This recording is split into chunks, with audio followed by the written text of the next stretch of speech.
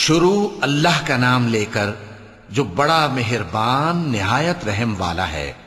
میں اس شہر یعنی مکے کی قسم کھاتا ہوں، اور تم اے نبی صلی اللہ علیہ وآلہ وسلم اسی شہر میں تو رہتے ہو، اور سب کے باپ یعنی آدم اور اس کی اولاد کی قسم کہ ہم نے انسان کو محنت و مشقت میں رہنے والا بنایا ہے۔ کیا یہ خیال کرتا ہے کہ اس پر کوئی قابو نہ پائے گا؟ کہتا ہے کہ میں نے بہت سا مال برباد کر دیا، کیا اسے یہ گمان ہے کہ اس کو کسی نے دیکھا نہیں؟ بھلا ہم نے اس کو 2 آنکھیں نہیں دیں، اور زبان اور 2 ہونٹ نہیں دیے؟